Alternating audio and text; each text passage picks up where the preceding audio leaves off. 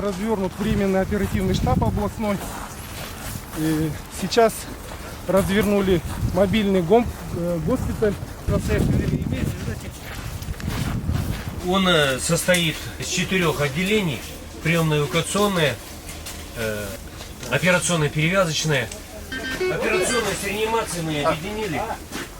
Все инструменты есть, здесь ЭКГ, дефибрилятор. Здесь проводится противошоковая терапия, а также стабилизация всех жизненно важных функций организма. Вот здесь еще один дефибриллятор, все в рабочем состоянии. Осындай оқу жаттығулар бізде жыл сайын өткізіледі.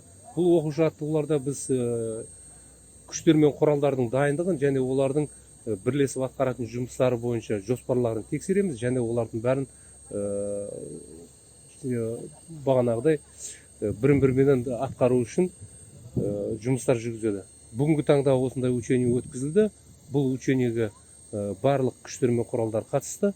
Сонымен қатар айта кететін жағдай, біздің Шығыс Қазақстан облысының климатының өте суықты болуына, қардың көп болуына байланысты жылда жолдарда қалған 100-ден аса 150-200-ге жуық адамдарды құтқарып, онымен қоса 100-ден аса жиналған қар жиындыларын түсіріп, адамдарға көмек көрсетеміз.